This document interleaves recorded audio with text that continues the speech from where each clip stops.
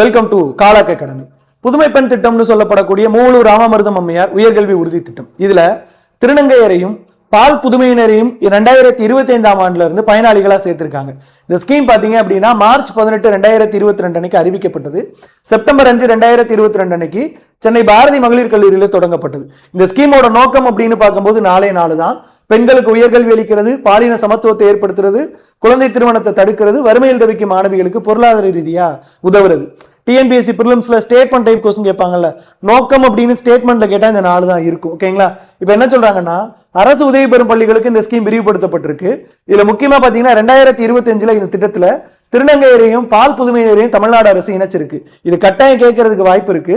இதை தாண்டி இந்த ஸ்கீம் பாத்தீங்க அப்படின்னா 30/12/2024 அரசு உதவி பெறும் பள்ளிகளில் படித்த மாணவிகளுக்கு விரிவுபடுத்தப்பட்டிருக்கு. தூத்துக்குடியில காமராஜ் கல்லூரியில இந்த ஸ்கீம் இந்த விரிவுபடுத்தும் திட்டம் தொடங்கப்பட்டது. ஜிஎஸ்